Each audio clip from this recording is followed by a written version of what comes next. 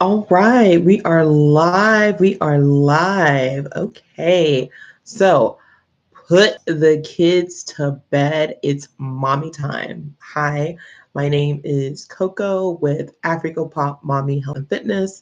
And on this channel, we discuss everything from wanting to get pregnant, trying to get pregnant, from getting pregnant through the trimesters to postpartum and then raising decent little human beings, particularly for women of advanced maternal age. And that is if you're advanced maternal age, and that is if you are 35 and older, because fertility tends to drastically drop if you're past 35. So that is what this channel is about. My name is Coco once again. Whew, and I've got to tell y'all a story. Okay. So oh my gosh, this Christmas season was tough. And um, it's because my son, I have a 4-year-old son, back up. So I've been pregnant officially 4 times. The first time I went into labor early at 22 weeks, 7 days.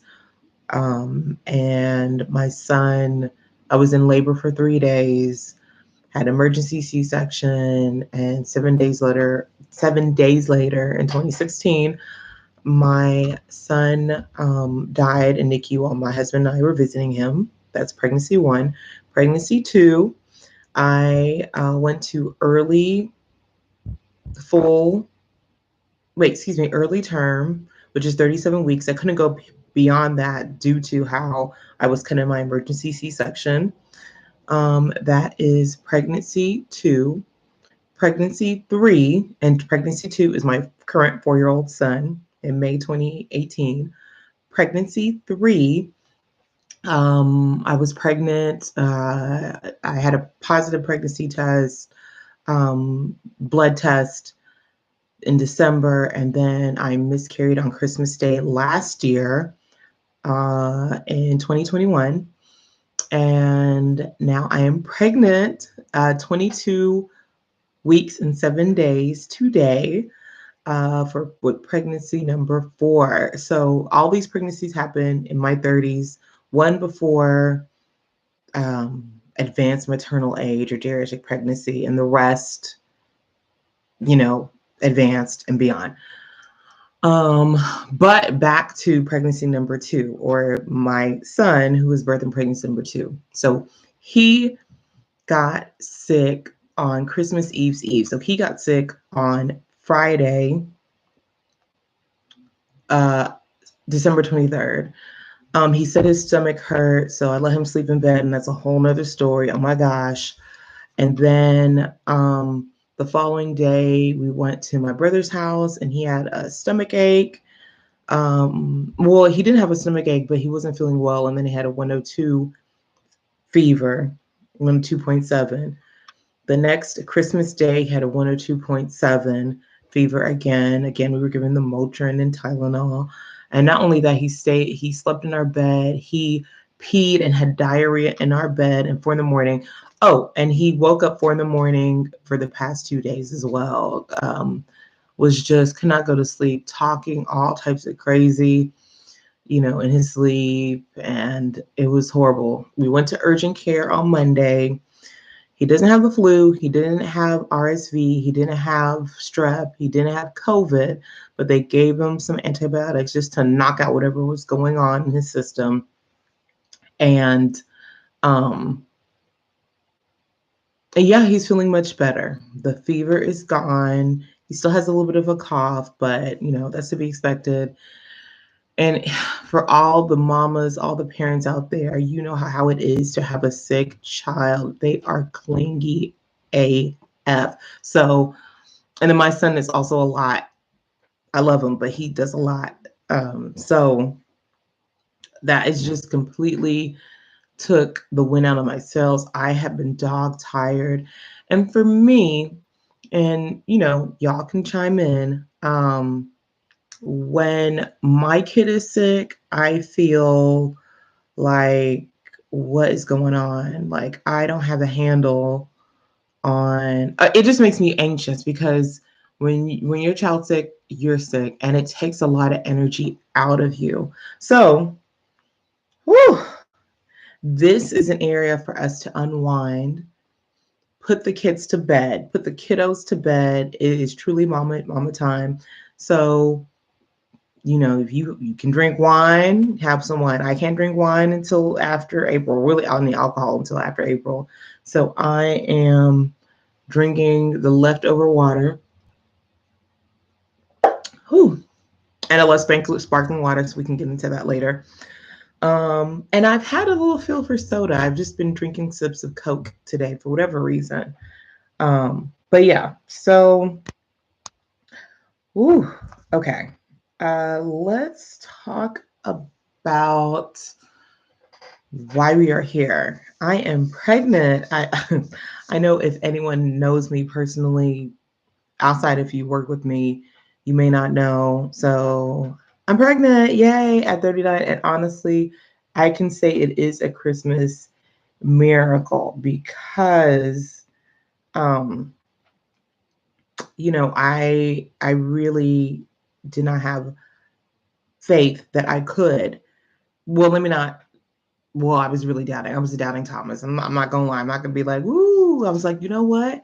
If it happens, it happens. Because the miscarriage that happened last Christmas on the 21st, it completely messed my head up. And that is what this channel is about. We're going to talk about topics dealing with what mothers don't tell you. They don't tell you about, we know about Child Protective Services, but what about adult protective services? No one told me about the headbutts. No one told me about, oh my God, and here he comes. No one told me about that my son would. Kai, why aren't you in bed? Because I want to sleep with Daddy, but I want to make me sleep in his bed and not go sleep with him. Okay, well, go upstairs, talk to Daddy, and then we'll get that situated, okay? I don't know why Daddy let you come downstairs, but go upstairs, okay? But this was to be his room. He just wants to pass me because he don't want me to sleep with Daddy. Okay, go, Kai. This is way past your bedtime. I don't know why Daddy. I don't know why. I don't know why you're not in bed, but go upstairs, okay? Okay, and then I'll come to meet you upstairs, okay? Okay? Itchy. You're itchy? Okay, go upstairs. Daddy will get you the lotion that will make you not itchy. All right? Go, Kai. I'll see you in a little bit. Thank you. And that reminds me, I need to lock the door so not to be interrupted. I don't know why I expect things to go the way they're supposed to go when clearly they don't. Whew, anywho. But yeah, so we're going to talk about topics like that, about how, you got to repeat yourself several times to get your child to listen, and how you may be the more structured parent, but your husband or your wife may let the kids kind of run free, like you just saw today or just right now. But yes, let's go back to abuse, parental abuse. Yes, we've heard of CPS, but what about PPS, Parent Protective Services? I've never been scratched as much. I've never been beaten up as much. I've never been headbutted, had a busted lip, jewelry yanked off of me. Never had that occur as much as it has occurred since giving birth to my son. And we're going to talk about body changes, like, um, like that flabby area, because I've had C-sections, and it was right above the C-section cut, almost like a fupa area. I have like flabby skin, and no one told me, I work out, and we're gonna get into my story because I did gain significant amount of weight and was able to lose it. That was part of my weight loss not my weight loss. Well, part of my pregnancy, what I do to get pregnant, but child, I mean, it was or part of my journey to be able to get pregnant, because weight does play a part. But the changes in your body after having kids,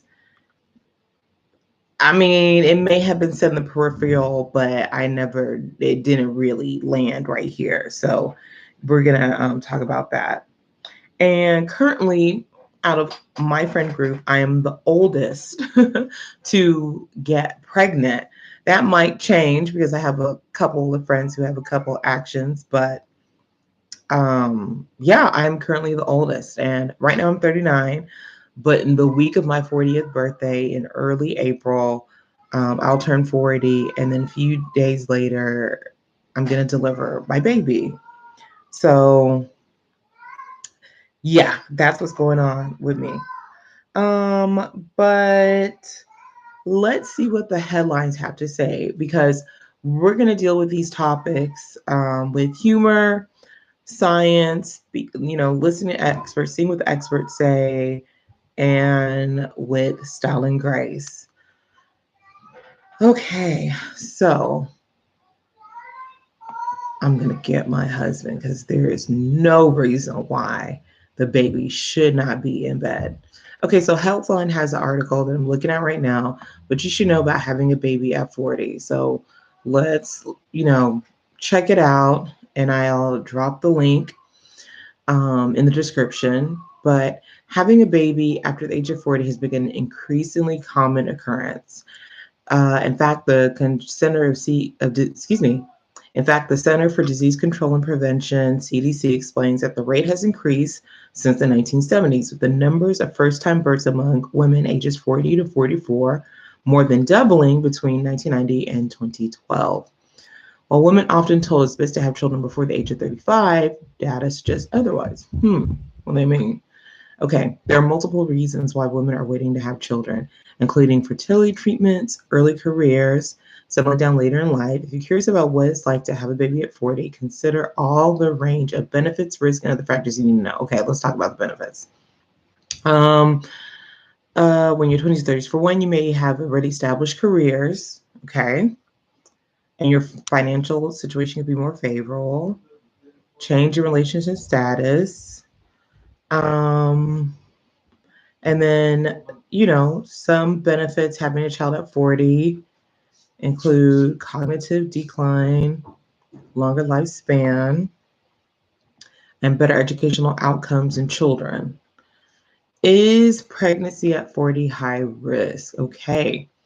Due to advances in technology, fertility, pregnancy, delivery, blah, blah, blah, it's possible to safely have a baby at 40. However, any pregnancy after 40 is considered high risk. Well, all my pregnancies after my first pregnancy, for me, was considered high risk, and we'll get into that story later. Your doctor will monitor you and the baby closely for high blood pressure.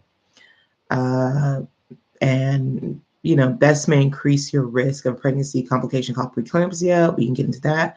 Gestational diabetes, meaning diabetes while the baby's in your tummy. Birth defects such as Down syndrome. We most definitely took a test about that. Miscarriage, I've experienced that. Low birth weight, and ectopic pregnancy, which that is not really an issue for me. So how does age affect fertility? Now, infertility treatment, some options available for women, and which has made a lot of women think about waiting or wanting to wait, is infertility treatments such as IVF, freezing eggs when you're younger, There's a little asterisk on that. Sperm banks and surrogacy. And even with all those options, a woman's fertility rate does decrease significantly after age 35. And see, I don't know if I missed this in sex ed class, but no one ever said that it was going to decrease like significantly. I don't remember that. I don't know if any mamas have heard about that, if they've ever said anything about that, but I don't remember that. And according to the Office of Women's Health, 1/3 of couples after the age of 35 experience fertility issues. Whoa. Okay. Following risks that increase with age, fewer numbers of eggs left to fertilize. Yes. Unhealthy eggs. Yeah. Ovaries can't release eggs properly. Increased risk of miscarriage. Higher chance of health conditions that can impede fertility. Okay. So the number of egg cells you have decreased significantly after the age of 35. According to the American College of Obstetricians and Gynecologists, the number drops from 25,000 at age 37 to just 1,000 at age 51. And during puberty, you have 300,000 and 500 to 500,000 oocytes, which is crazy, meaning that in your mom's tummy, if you are a woman, if you are born with ovaries, your eggs dramatically decrease while in the womb. You have, I think they say 1 million or so. Crazy, crazy, crazy, crazy, crazy. Okay, how to conceive at 40. I'm 40, almost 40-ish, okay. It can take some time to get pregnant, but if you're over 40, you've been trying unsuccessfully to have a baby naturally for 6 months, it may be time to see a fertility specialist. You're going to run some tests, but according to the American College of Obstetricians and Gynecologists, most women after 45 cannot get pregnant naturally.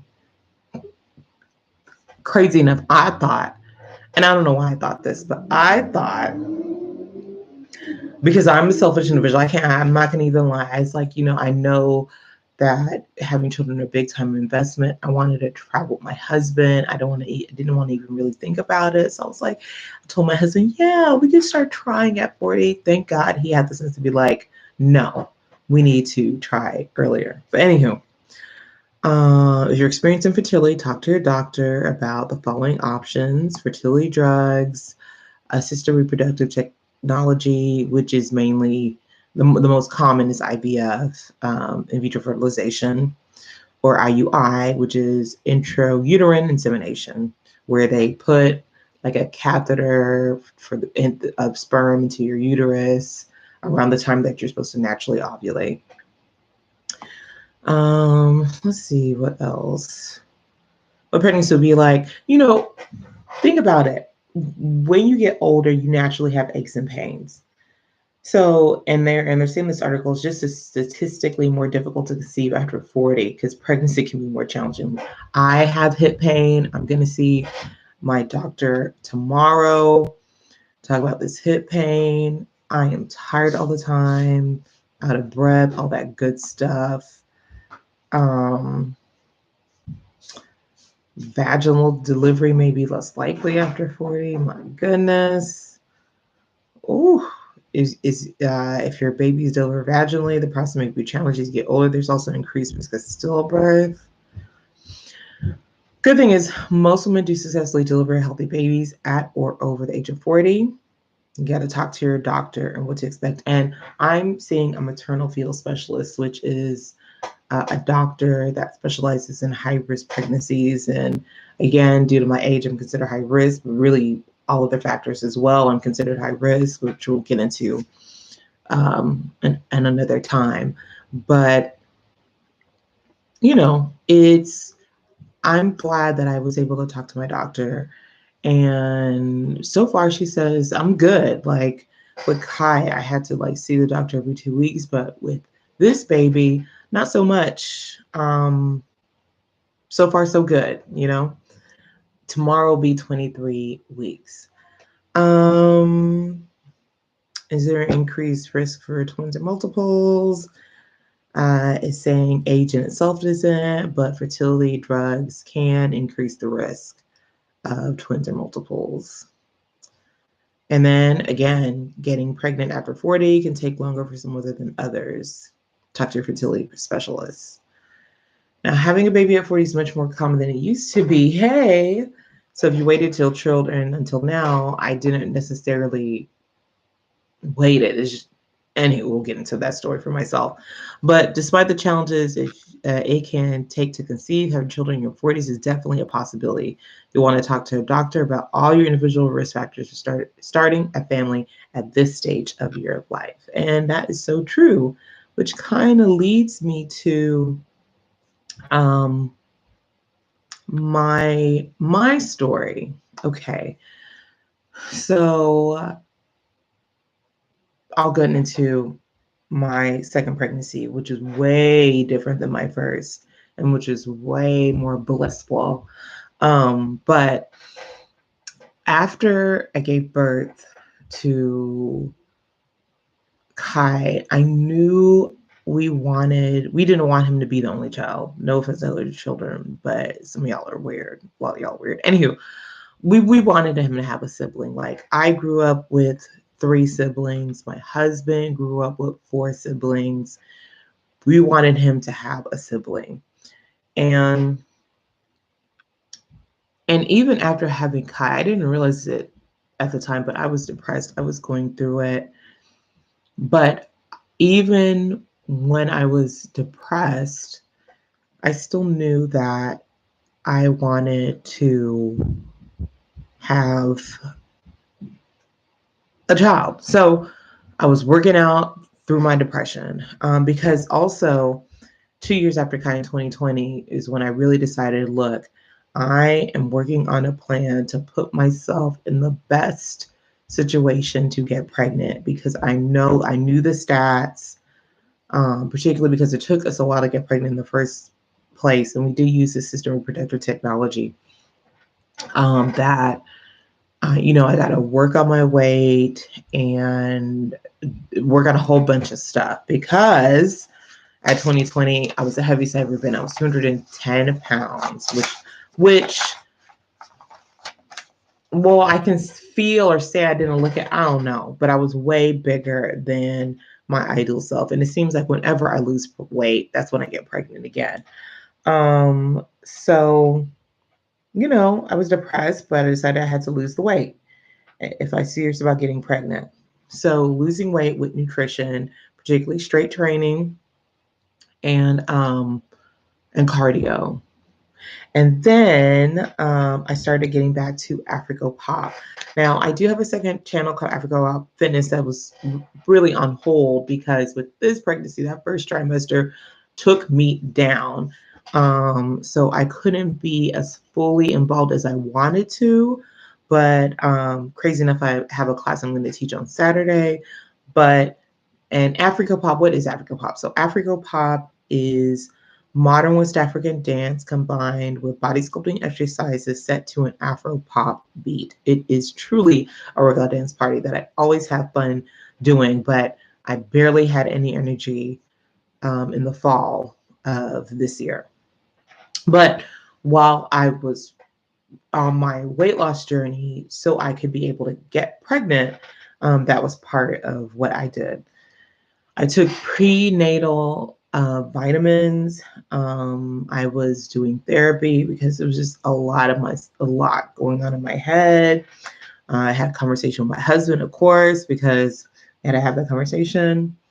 And then I got pregnant, but then I miscarried on Christmas last year, which is crazy. And then it was I gave up. I completely was like, this is it. Like, because it was the last embryo, and we'll get into that later, but I was like, oh my gosh, these embryos were with my 32 or 33-year-old eggs, my best eggs, and I know my eggs quality and how much was going to decline, which means the amount of embryos were going to decline. And then I knew we'd have to pay out of pocket if we were going to do this again. And I was just like, all hope was gone and lost. But thank God for God and thank God for family. But it took a toll. Like I was such a mess, such in a bad headspace. In that Christmas, I was just in my brother's house on the second floor drinking wine, not talking to nobody. Nobody. You hear me? But yeah, but I,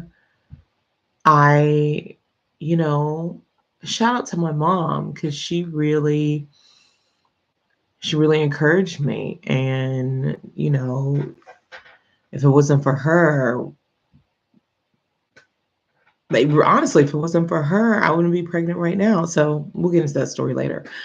But I, and even with trying to get pregnant, I lost 70 pounds. And we're going to get into that. Like, it hasn't really been talked about because everyone's situation is different, but there are things that you can do to put yourself in the best chance to get pregnant again, particularly if you are of advanced maternal age, like they like to call it, or over 35. There are things that you can do.